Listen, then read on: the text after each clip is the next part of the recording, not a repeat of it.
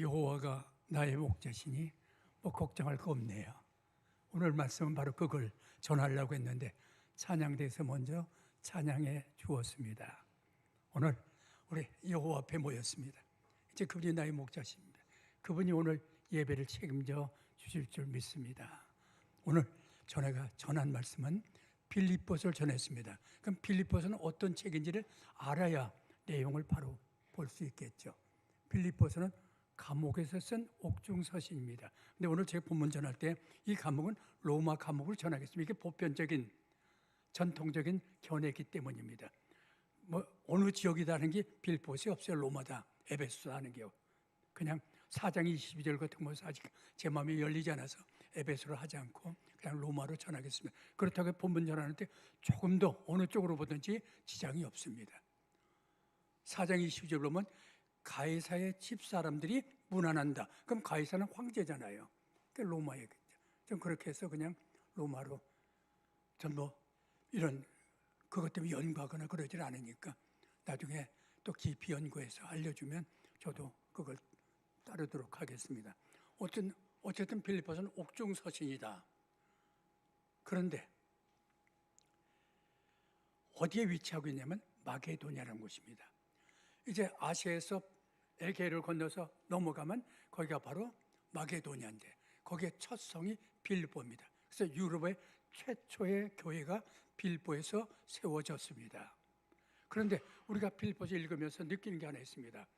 로마서나 갈라디아서나 에베소하고 빌립보서 골로새서하고 읽을 때 달라요. 왜요? 로마서나 갈라디아서나 에베소서는요 주제가 있어요. 그 오직 구원은 믿음으로만 받는다. 그걸 우리는 이신득이라고 합니다. 그것을 강조하는 것이 로마서, 갈라디아서, 에베소입니다.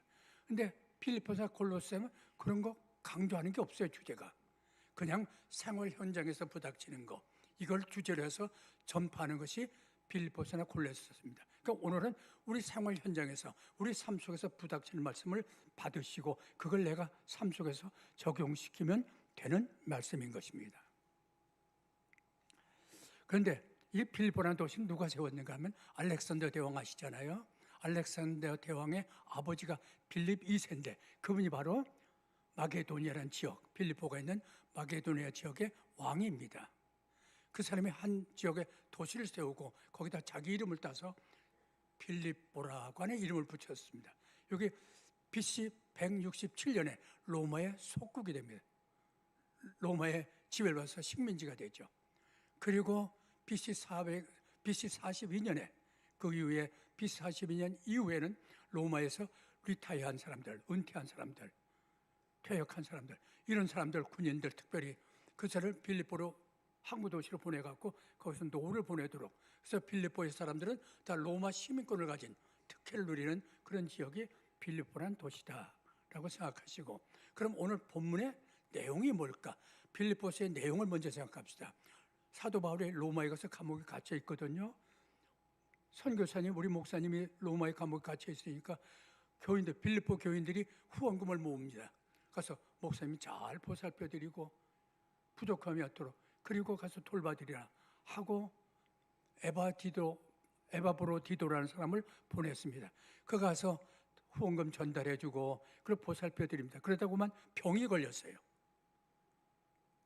그 감옥에서 병에 걸려갖고 중병에 걸려서 죽어갑니다. 그런데 하나님이 긍휼을 베풀어서 에바브로디도가 나았어요. 나니까 바울은 너무 기쁘잖아요. 얼마나 걱정이 되는데 거기서 자기를 위로해주고 자기를 후원해주라고 보는데 그가 중병에 걸려 죽어가니까 얼마나 걱정이 됐겠어요. 나왔으니까 너무 기뻐가지고 빌립보로다 에바브로디도를 돌려보냅니다. 돌려보내면서 정말 고맙습니다 하는 것이 빌립보서입니다. 그럼 오늘 본문의 내용입니다. 4장을 읽었는데 1절에서 3절은 교회 분란을 일으키는 두 여자가 있습니다. 기둥 같은 분인데 유오디아와 순두계라고 하는 두 여자가 두 세력에 갈라져 있습니다. 그래서 제발 합심하라. 마음을 하나로 해서 합심해서 교회에 분란이 없도록 해달라. 여기 1절에서 3절이에요. 그래서 4절에서 7절까지는요. 너희들 항상 성도라고 하면 예수 믿는데 마음이 기뻐야 되지 않느냐. 마음에 기쁘고 구원받아서 세상 좀 힘들어도 천국 백성 아니냐. 그러니까 감사가 있어야 되지 않느냐. 그리고 네가 하나님 여호와는 나의 목자인데 그분 앞에 기도해야 되지 않느냐. 기도와 간구로다가 늘 하나님 앞에 매달려라. 이것이 4절에서 7절까지 말씀입니다. 오늘 본문의 말씀은 성도들에게 하는 것입니다. 오늘 이 예배 시간에 바로 바울이 우리에게 주신 말씀입니다. 이러이러한 덕목들을 8가지 덕목을 마음에 생각하거라. 그리고 그것을 행하라. 이것이 8절에서 9절입니다. 그리고 10절 이하에는 후원금을 보냈어요. 후원금 받은 것 참 감사합니다. 여기 10절 이하의 말씀입니다. 그럼 오늘 이런 내용을 가지고 먼저 생각할 것은 8절에서 9절입니다. 이 시간에 사도 바울을 통해서 하나님은 우리에게 무엇을 생각하라고 했는가 하는 겁니다. 무엇을 하라고 명했는가? 하나님이 본문 통해서 8절에 보면 끝으로 그랬습니다. 끝으로라는 말은 이제 이 편지는 내가 이제 빌립보서를 마치려고 하는데 그러나 한 가지 부탁이 있다. 이 부탁을 꼭 들어달라 하고 얘기하는 겁니다. 끝으로 뭐냐면 그 다음에 이어집니다.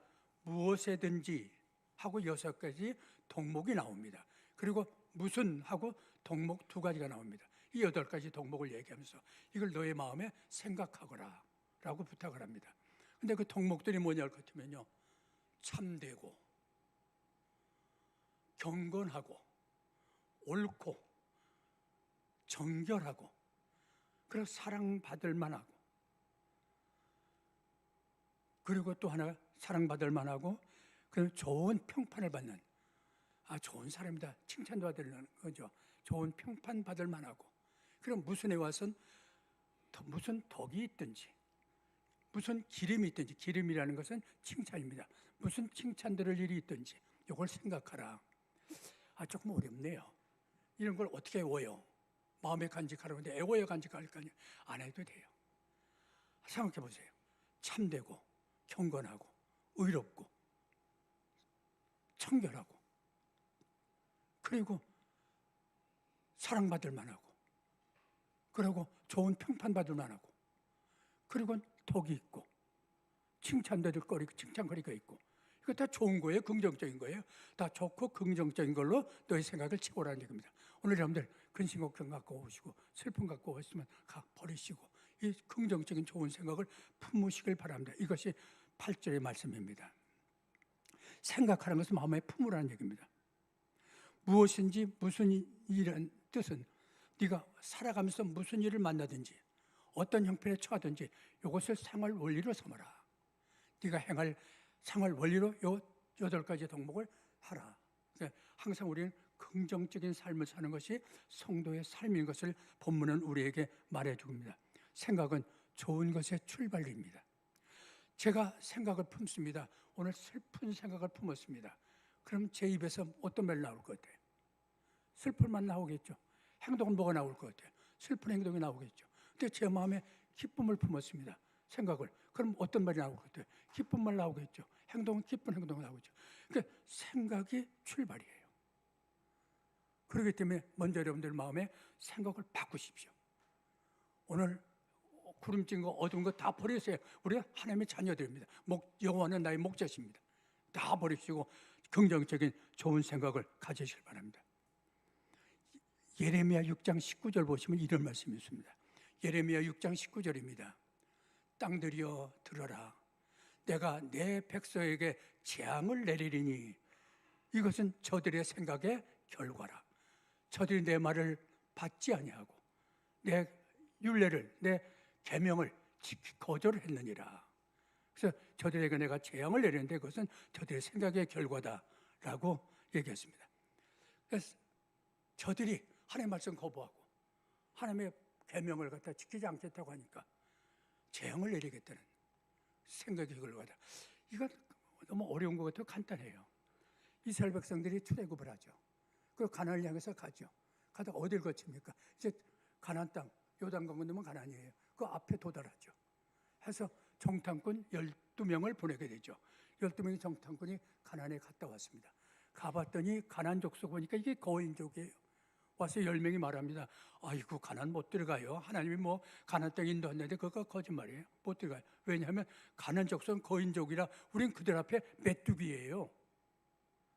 그럼 여호수아 갈렙은 아니에요. 비록 거인족은 맞아. 그러나 하나님이 우리에게 들어가라고 했으니까 저들은 우리의 밥입니다 하고 여호수아 갈렙 말했어요. 그 못 들어간다고 하는 사람들은 정말 못 들어가 광야에 방황하다가 쓰러져 죽었어요. 그래서 여호수아 갈렙은 들어간다는 사람은 가나안 땅에 들어갔어요. 우리가 너무 잘 아는 말씀이에요. 그럼 가나안은 결국 뭡니까? 저들의 생각의 결과다. 못 들어간다니까 못 들어간 거예요. 들어간다니까 들어간 거예요. 생각의 결과입니다. 이것이 오늘 먼저 출발입니다. 죄송합니다. 7시부터 예배 인도하다 보니까 목이 좀 쉬고 약간 아파지네요. 그래요. 그런데 이렇게 우리가 이제 이 시간 생각을 바꾸세요. 전화 여러분들 다 우리 생각 바꿉시다. 두 번째입니다. 생각 바꿨니? 바울이 9절에 얘기합니다. 너희가 이 생각을 마음에 좋은 이제 긍정의 생각을 품었습니다. 이제 그것을 너희는 나를 본받아서 행하는 자가 되라는 겁니다. 너희가 내게 배우고 내게 받고 내게 듣고 내게 본 것을 행하라. 이것에 제가 기가 죽었어요. 저도 말씀은 사도 바울이 하신 말씀 그대로 전합니다. 그런데 한 가지, 보고 받고 보고 배운 것을 행하라. 이 행하라는 게 내겐 말씀대로 내가 행하지 못하거든요. 잘못 하고 싶어요. 근데 잘 안 돼요. 결국 우리에게 말합니다. 너 입으로만 말하지 말고 행동도 말해. 여기 우리들 가정에 살 일입니다. 우리 교회 살 일입니다. 그러면 자녀들에게 말은 하지만 행동도 그렇게 말합니까? 아내에게 말을 하지만 행동도 남편으로서 그렇게 말합니까? 아내에게 말하지만 행동도 아내에게 그렇게 말합니까? 아니잖아요. 우리가 자녀들에게 내가 보면서 말하게 되면 말과 행동이 일치가 되면 자녀들은 내가 무릎 꿇을 것입니다. 아빠 말 받을게요. 우리는 이것이 9절에서 너희는 내게 배우고 받고 듣고 본 바를 행하라. 그리하면 9절 뒤에 뭐가 있습니까? 그럼 평강의 하나님이 너희와 함께하리라. 그럼 평강의 하나님이 너와 함께해요. 하나님이 평강의 하나님이 너와 함께한다. 9절 그렇게 말하지 않았어요? 평강의 하나님이 함께한다.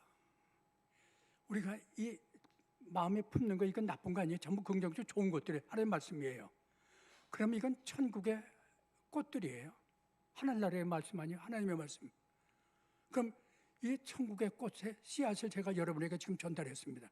그 씨앗을 심으라고 했습니다. 이제 여러분이 할 일이 뭡니까? 이걸 가꿔야 돼요. 꽃은 바로 씨앗이 바로 피지 않아요. 그 가꾸다 보면 꽃이 펴요. 그럼 여러분의 마음이 뭐가 됩니까? 천국의 정원이 돼요. 그러면 천국 정원에 누가 거닐 것 같아요? 평강의 하나님을 거기서 만난다는 얘기입니다. 우리가 이 삶을 사시길 바랍니다. 그런데 평강의 하나님 할 때 7절에도 있어요. 7절에 보면 너에게 기도로, 너 하나님의 자녀니까 하나님께 기도와 간구로 아뢰라. 하나님 바라보고 기도하고 간구하면, 그리하면, 기도와 간구하면, 그렇게 하면 하나님이 너와 함께 하신다. 평강의 하나님이 평강으로 너를 지켜줄 것이다. 그러니까 기도 생활할 때 하나님이 평강으로 지켜줍니다. 그리고 오늘 보면 9절은 뭡니까? 네가 말씀을 들었지? 그걸 마음에 생각만 하지 말고 실제로 그 말씀대로 따라서 행하게 되면 하나님이 평강의 하나님이 너와 함께 주신다. 이게 함께 하시는 말입니다. 우리가 주님의 말씀을 받고 수고하고 무거운 짐진 자들아, 그것도 마찬가지입니다. 주님의 말씀을 받고 우리가 그 말씀을 순종하게 되면 우리의 마음에 쉼을 얻게 되고 주님으로서, 그리고 내 수고하고 무거운 짐이 가벼워질 수 있다는 걸 우리에게 말씀해 주시는 것입니다. 그러다 보니까 결론을 하나 내릴 수 있죠. 환경을 좀 바꿨으면 좋겠다. 여러분들 만족하십니까? 여러분 환경이 좀 바뀌길 원하는 거 없습니까? 우리 좀 남편이 좀 바뀌었으면 좋겠어. 우리 자식이 좀 바뀌었으면 좋겠어. 안 그래요? 우리 아내가 좀 바뀌었으면 좋겠어. 그럴 때 오늘 본문은 말합니다. 환경을 바꾸길 원하면 네가 먼저 네 생각을 바꿔 하는 얘기입니다. 남편을 향한 내 생각을 바꾸라는 얘기입니다. 자식을 향한 내 생각을 먼저 바꾸라는 얘기입니다. 그래야 그게 바뀌어진다는 얘기입니다. 왜요? 생각엔 출발이라고 했습니다. 내가 생각을 합니다. 그럼 뭐가 나와요? 이제 생각에 따라서 기쁘면 기쁜 행동이 나와요.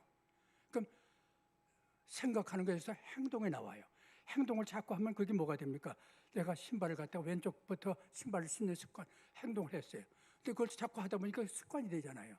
자꾸 습관하다 보니까 이것이 뭐가 돼요? 내 인격이 돼요. 이제 난 왼쪽부터 그도 신는 우리가 어떤 삶을 살 때 그것이 내 인격의 성품이 됩니다. 그 성품이 되면 환경이, 내 인격이 바뀌었으니까 환경이 바뀌어요. 그러니까 뭐를 바뀌길 원하신다고 하면 먼저 결론이 뭐예요? 우리의 생각부터 바꿔라. 너의 생각을 바꿀 때 그 환경이 바뀌어질 것이다. 남에게 바뀌길 기다리지 마시고요. 생각은 그러고 보니까 내가 마음이 평강이냐 갈등이냐 그것도 생각이 결정하는 거예요. 내 삶의 행복이냐 불행이냐 그것도 생각이 결정하는 겁니다. 행복이라는 것은 물질에 있는 건 아니거든요. 물질이 많다고 행복한 거 아니에요. 아니 그 수백 조씩 가지고 있는 사람이 이혼하고 가정 불화 일으키잖아요. 그게 행복이 거기 있지 않거든요. 그렇다고 하면 우리가 누가복음 17장 21절에 보면 이런 말씀 있잖아요. 또 여기 있다 저기 있다 못하려니 하나님의 나라는 너희 안에 있느니라. 그리고 로마서 14장 17절 보면 하나님의 나라는 먹는 것과 마시는 것이 아니요 오직 성령 안에 있는 의와 평강과 희락이라. 우리의 천국도 우리의 생각에 따라서 우리가 주님으로 긍정적으로 생각하고 말씀 받고 들어나가면 마음이 편안하고 내게 주님이 함께하신 평강의 하나님이 함께하니까 하나님이 함께하는 것이 천국 아니에요. 천국이 이루어지는 것입니다. 자, 오늘 결론 내려봅시다. 1번의 문제, 환경을 바꾸려면 먼저 뭐예요? 자신의 생각부터 바꿔라. 좋은 미래를 바란다면 좋은 생각을 품어라. 이런 영어 젊은들이 많이 계시네요. 영어 단어 한번 또 아는 척 해봅시다. impossible. 뭡니까 impossible이? 할 수 없는 불가능한 이죠. impossible이. 거기다 I하고 M 사이에 점 하나 딱 찍어봅시다. 찍은 건 점 하나밖에 없어요. 그럼 뭐가 됩니까? I'm possible이 돼요. 그럼 I'm possible이면 나는 할 수 있다는 거예요. 불가능한 게 할 수 있어요. 점 하나 찍으면. 자살 바꿔보세요. 뭐가 됩니까? 살자가 되잖아요. 생각 하나만 바꾸면 자살이 사는 게 돼요. 이 생각을 바꾼다는 건 너무나 우리의 삶에 중요한 일입니다. 생각 바꾸십시오. 그리고 그것을 바울을 본받아 행하라고 했으니까 바꾸기만 생각을 바꾸지 말고 행동으로 옮기십시오. 그러면 평강의 주님이 당신과 함께해서 당신 삶이 멋진 하늘나라가 이루어질 것입니다. 두 번째 생각해 봅시다. 바울은 어떻게 자족하길 배웠는가? 이게 자족이거든요. 근심 걱정 다 주님께 맡기고 자족하는 겁니다. 어떻게 자족하길 배웠을까요? 우리가 요건 10절에서 12절인데 10절 보시면요. 이겁니다. 상대를 볼 때 배려하는 열린 마음을 가져라는 얘기입니다. 상대를 향해서 배려하는 열린 마음, 여유로운 마음을 가져라. 여러분들 남편 어떤 말 할 때 칭찬을 팍 내리죠. 그거 아니에요. 좀 배려하는 열린 마음을 가지십시오. 그래야 자족이 이루어집니다. 그래야 마음의 평강이 이루어집니다. 어떻게 즉시게 하지 말고 좀 여유를 갖는 여유로운 열린 마음을 가지시기 바랍니다. 10절에 보면 이렇게 말하거든요. 내가 주 안에서 크게 기뻐함은 너희가 나를 생각하던 것이 이제 다시 싹이 나미니 너희가 또한 이를 위하여 생각하였으나 기회가 없었느니라. 바울에게 하나 오해가 있었습니다. 후원금을 요구하니까 바울 저거 선교사 저거 돈만 벌라고 돈하고 있네 하는 게 오해였습니다. 그래서 그는 스스로 일하면서 그 하나님의 일을 했던 것입니다. 그런데 빌립 교회는 사도 바울의 중심을 알았습니다. 우리 목사님 돈 때문이 아니야. 그거 굳이 하는 것, 그 예루살렘 교회 도와주고 로마 교회 이렇게 하는 모든 것들 그래서 인정해야 됩니다. 그것이 바울에게는 굉장한 고마운 기쁨이었다는 것입니다.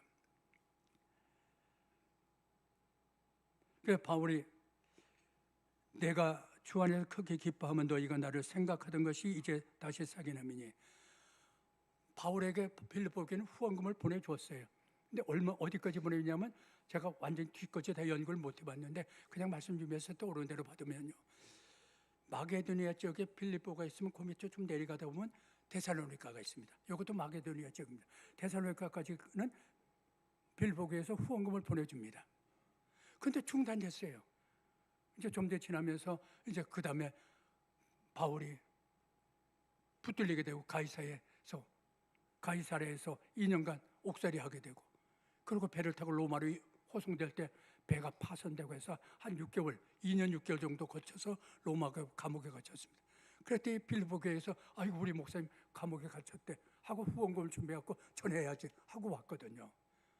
이걸 보고 뭐라고 했냐면 이제 다시 싹이 났으니 했습니다. 이제 다시 싹이 났다는 걸 생각해 보세요. 저희 아파트 2동인데 1동하고 사이에 나무가 하나 있습니다. 그 나무가 못생겼어요. 겨울에 보니까 새카맣고 못생겨 죽은 나무인 줄 알았어요. 저는. 근데 봄이 되니까 거기서 싹이 나요. 죽은 나무 같은데 싹이 나서 거기서 연한 또 꽃이 연두색 꽃이 피더라고요.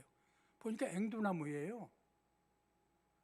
요새 꽃이 떨어지고 잎이 파랗게 나와 있어요. 그다음에 뭐가 맺힐 거다. 그 예쁜 앵두가 달릴 겁니다. 그러면 죽은 줄 알았더니 싹이 났어요. 후원금 보내던 것이 중단됐었는데 이게 죽은 게 아니에요. 다시 싹이 났다. 이 말하는 건 뭡니까? 사도 바울이 빌립보 교회에서 후원금 보내는 걸 보면서 내가 너희들 후원금 한 것 중단해서 섭섭했는데 그게 아니잖아요.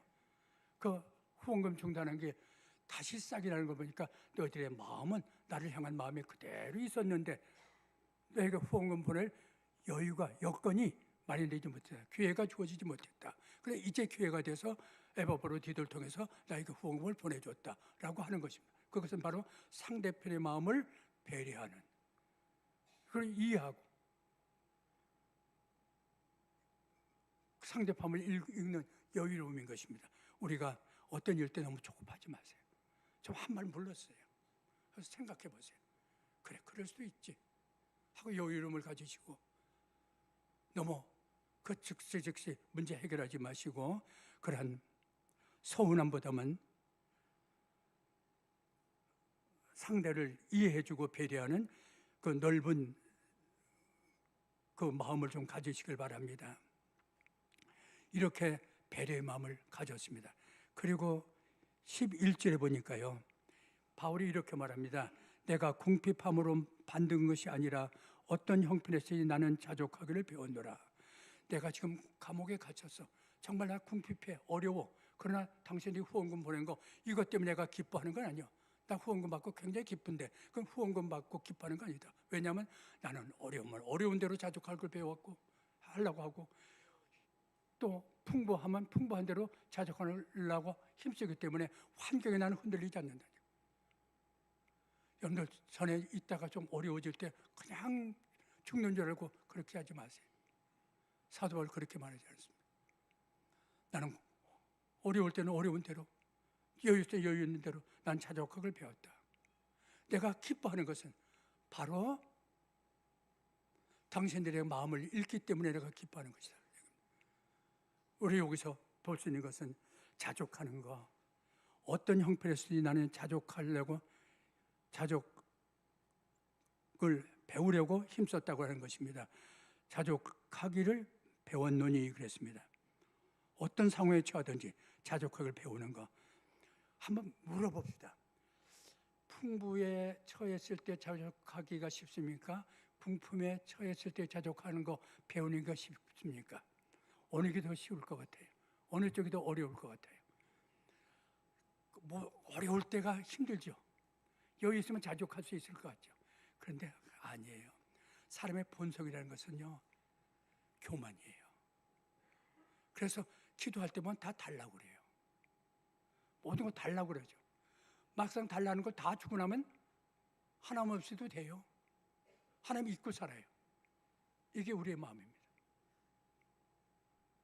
우리의 마음들이 다 이렇게 달라고 매달리지만 실제로는 막상 죽고 나면 하나님이 잊고 사는 교만이 우리를 지배하는 것입니다. 이 부에는 만족이 없어요. 돈에 만족이 없어요. 그만큼 돈을 벌면 그만큼 욕심이 또 앞에 가요. 그렇기 때문에 부에는 만족이 없습니다. 그렇기 때문에 자족을 배우는 건 매우 중요합니다. 그래서 어떤 처지에 있든지 또 생각하시면서 하는데, 바울은 두 번째 보니까 12절 보니까 나는 비천에 처할 줄도 알고 풍부에 처할 줄도 알아. 모든 일에 배고픔과 배부름과 배고픔과 풍부와 궁핍에 처할 줄도 아는 일체의 비결을 배웠다고 했습니다. 나는 어떤 처지든지 자족할 수 있는 일체의 비결을 나는 마침내 배웠다 하고 있는데, 그 자족을 일체의 비결을 배우는 게 뭘까? 그건 오직, 그러면서 그의 중심은 나는 오직 바라보는 대상이 우리 집에 쌀독에 쌀이 있느냐 없느냐가 아니고 나는 오직 주님이다. 주님이 영광 받는다면 그 일이 좋고, 주님을 위해서 내 생명 달라면 난 생명 드릴 거다. 그렇기 때문에 나는 주님으로 자족학을 배웠다는 얘기입니다. 우리가 자족학을 배우는 것 참 힘들지만은 자족학을 연습하세요. 배운다는 건 과정이 필요해요. 아이들 학교 왜 보냅니까? 배우려고 보내잖아요. 그럼 과정, 초등학교 보내고 중학교 보내고 고등학교, 대학교 보내잖아요. 과정이 필요해. 그러니까 우리도 마찬가지예요. 자족을 배우려면 과정이 필요합니다. 자꾸 연습하시길 바랍니다. 근데 제일 어려운 자족이 뭔지 아세요? 앞에서 맞대놓고 하면 그거 돼요. 근데 등 뒤에서 흉 보는 거 있죠. 등 뒤에서 비꼬고 등 뒤에서 뭐하고 손가락질하고, 이게 제일 사실 힘듭니다. 등 뒤에서 하는 거. 이게 정면으로 나서서 하면 뭐 변명도 하시고 뭐도 할 수 있지만, 이게 등 뒤에서, 이것도 우리는 일체의 비결 배우니까 자족할 수 있길 배웁니다. 그러면 어떻게 하면 나에게 뒤에서 나를 해치고 있는 이건 있을 수가 없어요. 이럴 수는 없는데 하는 문제부터 그때 자족할 수 있을까 하고 저는 제 마음에 물어봤습니다. 그래서 요셉을 생각했습니다. 요셉, 아니 누가 동생을 못 죽여서 형들이 동생을 죽이려고 구덩이에 집어던져요. 동생 요셉 입장에서 보면 형들 용서할 수가 없잖아요. 근데 요셉이 모든 환경 다 거쳐서 애굽의 총리가 되잖아요. 그런데 그 구덩이에 던져졌어요. 그럴 때 요셉이 형들을 바라보면 원망해요. 이건 자족할 수가 없어요. 어떻게 형들이 그럴 수 있어? 나에게 질투한다 하더라도 그래 죽이기까지 하려고 그래요? 말도 안 되잖아. 그럴 텐데 그는 눈을 듭니다. 그 하나님을 바라봅니다. 하나님 하고 보니까 별같이 빛나는 하나님의 약속들이 하늘에서 줍니다. 자기가 꿈을 주셨고 자기의 말씀을 주었습니다. 이걸 붙들 때 그 요셉은 자족할 수가 있었습니다. 여러분들 어려운 처지에 있을 때 요셉 일체의 비결을 배우시길 바랍니다. 배우면 과정이 있다는 거, 오늘의 현실이 힘드십니까? 그러면 나에게 바로 훈련장이 된 줄 알고 그걸 통해서 자족을 한번 생각해 보시는 이 시간이 되시길 바랍니다. 근데 목사님 너무 힘들어요. 저희가 너무 고난이 길어요. 이 불꽃을 제가 감당할 수 없어요. 고난의 불꽃. 은을 단련할 때 뭘로 합니까? 불로 연단하지 않습니까? 이 고난의 불꽃은 나를 정죄해서 내 모든 불순물을 제거하려고 하는 연단의 도구다라고 그 말씀 한번 붙든다고 하면, 그래, 내가 하나님 앞에 만들어져야지. 내가 주님 앞에 나를 돌아보는 시간이 될 수 있지 않겠어요? 우리 포도주, 우리 성찬 예식에 포도주 쓰죠. 포도주, 전 술을 안 마시니까 잘 모르는데 포도주 마신다는 기분 좋아요. 포도주 맛 좋더라고요. 그런데 한 가지, 그거 마시니까 얼굴이 붉어져요. 전 조금만 먹어도 얼굴이 붉어지거든요. 좀 후끈하고. 그런데 그 좋은 포도주, 몸에도 좋대요.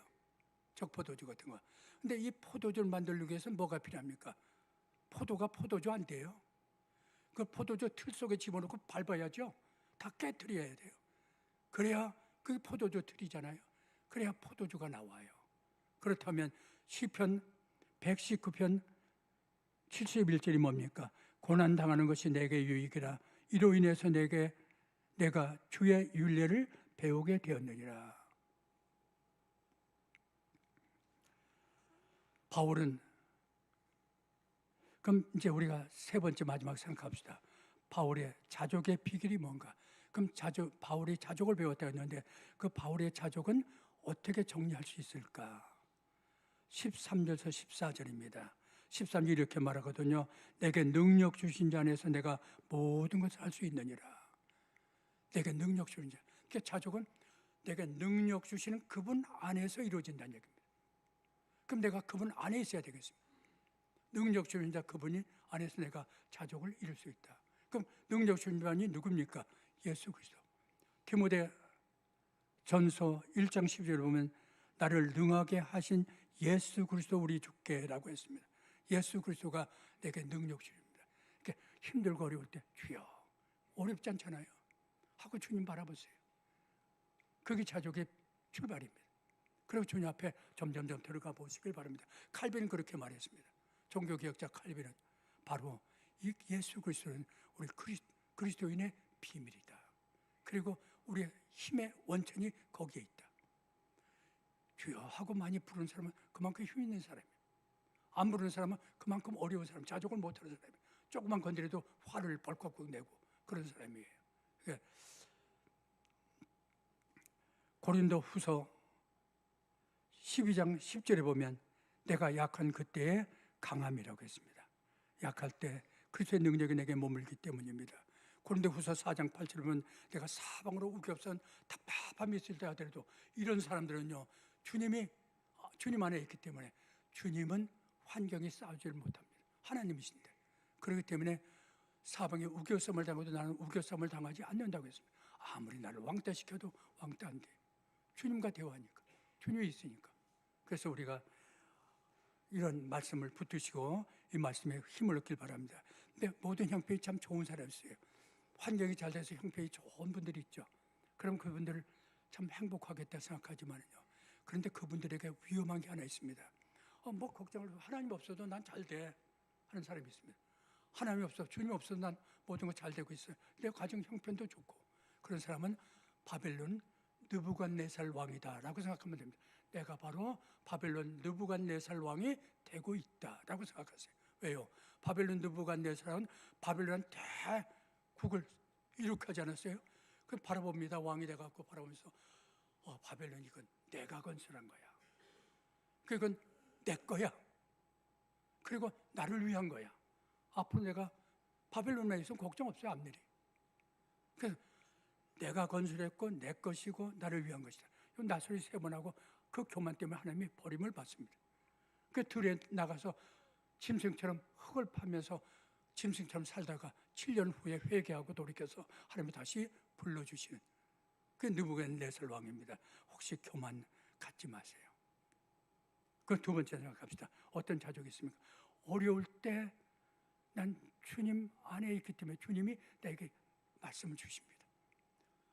오늘도 일부 예배 때 한 젊은 우리 자매님인데 예배 끝나고 밖에 화장실 다녀서 쭉 들어왔어요. 하여튼 그때까지 안 가고 계세요. 근데 목사님하고 앞으로 나와요. 근데 저 기도해 주세요 하고 눈물을 쭉 흘리고 있어요. 그럼 오늘 말씀을 통해서 뭔가를 성령의 감동이 왔다는 얘기입니다. 그래서 눈물 흘리면서 기도해 달라고. 그래서 같이 기도를 나눈 적이 있습니다. 그분은 오늘 약속의 말씀을 붙들었다는 얘기입니다. 말씀 붙드세요. 바로 바울은 이 주님이 주신 약속의 말씀을 붙들고 자족할 수가 있었습니다. 그게 사도행전 23장 11절 보면 우리가 사도행전 오후 예배 때 늘 받지 않습니까? 그때 저도 받은 말씀이 떠올라서 이 성경 구절 잡았습니다. 뭐냐면 사도 바울이 예루살렘에서 갔다가 유대인들에게 체포가 되지 않습니까? 그래서 유대인들이 사도 바울을 죽이려고 했는데 그때 마침 누가 천부장이 와서 사도 바울을 건져줍니다. 그래서 천부장이 건짐을 받은 위기의 그날, 그래서 사도행전 23장 11절 보면 그날 밤에 주님이 나타나서 말씀해 주셨다. 담대하라. 네가 예루살렘에서 나의 일을 증거한 것처럼 로마에 가서도 나의 일을 증거해야 되리라. 그러니까 우리가 오입을 받은 거 생각하면 돼요. 그냥 사도 바울 마음에 딱 붙들었습니다. 나 안 죽어. 주님의 약속인데. 예루살렘에서 나 이렇게 죽이려고 하지만 안 죽어. 로마에 가서 내가 이 사명을 감당할 때까지 난 죽지 않는다는 말씀 붙드는 겁니다. 그래서 뭐 배가 파손된 태풍에 불던 뭐가 있든 그거 자기는 안 죽을 거 아닐까요? 우리가 주님의 말씀 붙드시길 바랍니다. 1장 20절에서 21절에 이런 말씀이 있거든요. 오늘 본문에 해당될 말씀인데, 나의 간절한 기대와 소망을 따라 아무 일에든지 부끄러워하지 아니하고 지금도 전과 같이 온전히 담대하여 살든지 죽든지 내 몸에서 그리스도가 존귀하게 되게 하려 하여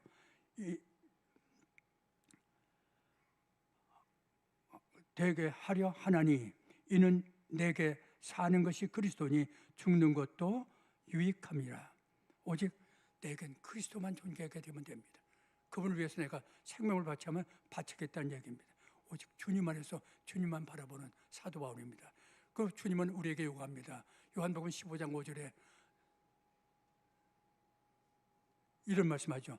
나는 포도나무에 너희는 가지니 내가 너희 안에 너희가 내 안에 있으면 열매를 맺으리니 아무것도 염려하지 말라고요. 주님은 포도나무고 우린 가지입니다. 사람이 열매를 많이 맺나니 나를 떠나서 너희가 아무것도 할 수 없으니라. 바울에게 하나 고통거리가 있었습니다. 그 고통거리가 뭡니까? 육체의 가십니다. 육체의 성경은 말합니다. 그 성경 비평가들이 말합니다. 바울이 가진 육체의 가시는 아마도 눈병일 거다. 그 눈이 안 보였잖아요. 다메섹도에서 눈이 안 보였잖아요. 눈병일 거다. 아니면 그가 가지고 있는 간질병일 것이다. 아마 그 위에 다른 병일 것이다.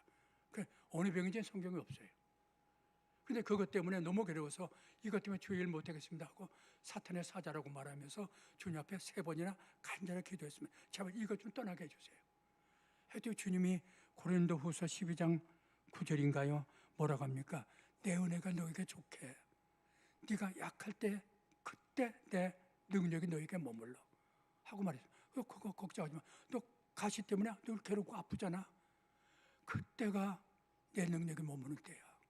그래서 오히려 바울은 그 말씀을 갖고 그 말씀 붙들고 기뻐했다고 했습니다. 그리고 자랑했다고 했습니다. 나 약해. 눈병 있어. 간질병 있어. 나 지금 육체 가시 있어.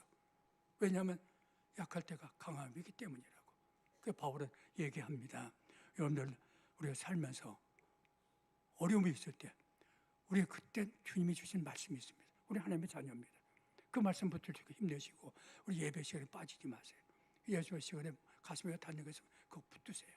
메모해 놨다가 붙들고 기도하시고 묵상하시길 바랍니다. 사도행전 사무엘상이군요. 사무엘상 17장에 보면요. 블레셋하고 이스라엘하고 전투합니다. 엘라 골짜기라는 데서 전투가 벌어졌는데 그때 싸우는 두 장수가 있는데 한 사람은 골리앗이라는 사람. 골리앗은 괴물입니다. 한 사람은 어린 소년 다윗입니다. 이건 게임이 안 됩니다. 그래서 다윗이 그렇게 말하죠. 너는 칼과 창과 탄창을 가지고 내게 나오지만 나는 만군의 여호와의 이름으로 곧 네가 모독하는 이스라엘 군대의 하나님 여호와의 이름으로 내가 너에게 나간다 하고 주머니에서 가져왔던 돌멩이 그거 꺼내갖고 집어 던졌더니 그 돌멩이가 어디에 박혔습니까? 골리앗의 이마에 박히지 않았어요. 골리앗이 죽었어요. 이게 하나님의 자족의 비결입니다. 우리 힘은 약해요. 그러나 하나님이 함께 하시면 우리는 능력 주신 안에서 못할 일이 없는 그것이 자족의 바울의 비결이었습니다. 마지막으로 생각합시다. 14절입니다. 연합된 자족이라고 전 정리했습니다. 연합된 자족. 그게 뭐냐면 14절 한번 보세요. 그러나 너희가 내 괴로움에 함께 참여하였으니 잘하였도다. 내 괴로움에 함께 참여하였으니 잘하였다고 했습니다. 이게 내 괴로움에 참여한 게 뭡니까? 후원금 걷어서 바울의 감옥에 있는 바울에게 전달해 준 거. 이게 내 괴로움에 참여한 것입니다. 여러분들 옆에 상을 당해서 괴로운 가정이 있습니다. 혹은 어려운 처지를 부탁해서 괴로운 분이 있습니다. 그 옆에 그분의 손 한번 잡아주세요. 이게 우리 교회 담임 목사를 통해서 늘 요구하는 얘기입니다. 손 한번 잡아주세요. 그분에게 점심 한 끼를 한번 사보세요. 그가 그 괴로움 속엔 조금 더 큰 도움 안 돼요. 그러나 그것이 고통의 위로가 되는 것이고 그 사람의 고난에 동참하는 것이고 이것이 바로 믿는 사람의 일이니까 영적 열매예요. 그리스도 안에서 연합된 영적 열매다. 그러니 우리가 서로 위로하고 손잡아 줄 수 있는 그런 여유로움, 이런 것이 바울이 가지고 우리에게 보여준 자족의 모습입니다. 이제 말씀 마쳐야 되겠네요. 하박국 3장 17절 18절 보면 비록 무화과 나무가 무성치 못하며 포도나무에 열매가 없으며 감람나무에 소출이 없으며 밭에 먹을 것이 없으며 우리의 양이 없으며 외양간에 소가 없을지라도 나는 여호와로 말미암아 즐거워하며 나의 구원의 하나님으로 말미암아 기뻐하리라. 무화과 나무 봐도 포도나무 봐도 감람나무 봐도 밭을 봐도 우리를 봐도 외양간을 봐도 되는 게 없어요. 그래도 나는 기뻐하는 것은 여호와 하나님이 나의 목자 아니에요. 그분이 계시잖아요. 이것이 자족의 비결입니다. 이제 예와 하나하고 마쳐야겠네요. 같은 시대에 산 두 사람의 모습입니다. 한 사람은 네로 황제입니다. 또 한 사람은 같은 시대에 똑같이 살았습니다. 바울입니다. 그런데 네로 황제는 어떻게 살았습니까? 최고의 호화를 누렸습니다. 심지어 낚싯바늘도 금으로 만들었습니다. 그러면 10만 벌이 넘는 그 금관을 쓰고 있고 모든 것 최고의 네로 황제, 미친 사람처럼 그렇게 호화를 누린 사람입니다. 근데 그렇게 누리다 보니까 처음엔 좋을지 모르지만 허무합니다. 인생 너무 허무하고 그다음 공포가 마음에 들어오기 시작했습니다. 그래서 허무와 공포 속에 나중에 자살하고 맙니다. 네로 황제는 자살했어요. 그런데 바울 한번 생각해 봅시다. 같은 시대 사람입니다. 같은 환경 속 같은 장소에 사는 사람입니다. 바울은 어떻습니까? 그도 야심갑니다. 최고의 가말리엘 문화라고 하는 최고의 학부에서 최고의 학문을 배웠습니다. 그리고 야심갑니다. 그래서 바리새인과 함께 기독교인 핍박하는데 이게 대제사장도 요구하는 거 아니에요. 앞장섰습니다. 그러다가 다메섹 도상에서 주님을 만난 은혜를 입었습니다. 주님을 맞고 주님 앞에 무릎 꿇었습니다. 그 후에 그 삶은 바뀝니다. 그에게는 이제부터 그 삶이 바뀌고 나니까 매가 기다리고 있고 쇠사슬이 기다리고 있고 감옥이 기다립니다. 그러나 사도 바울은 마음에 신앙심에서 주님을 향한 신앙심에서 우리는 충만한 기쁨이 충만합니다. 너무 행복합니다. 결국 그렇게 살다가 순교를 당하고 맙니다. 똑같은 한 생을 살았는데 한 사람은 최고 호화를 누리며 살다가 자살했고 한 사람은 이렇게 변화되어서 은혜 속에 살면서 기쁨이 충만했다가 순교를 당했습니다. 여러분들 어느 걸 택하시겠습니까? 같이 기도드리겠습니다. 아버지 하나님, 오늘 말씀을 통해 저희들에게 마음의 심을 걸 주셨습니다. 이제 우리의 마음이 바뀔 수 있도록 도와주옵소서. 그 심은 것 통해서 가꾸고 꽃을 피움으로 좋은 열매를 거둘 수 있도록 평강의 하나님을 거기서 만나며 하나님과 깊이 교제할 수 있는 우리 모두가 될 수 있도록 복 내려 주시옵소서. 한 심령도 헛되이 왔다 가지 않도록 주님 은혜 내리기를 간절히 바라옵고 예수 그리스도의 이름 받들어 기도드리옵나이다. 아멘. 찬송가 397장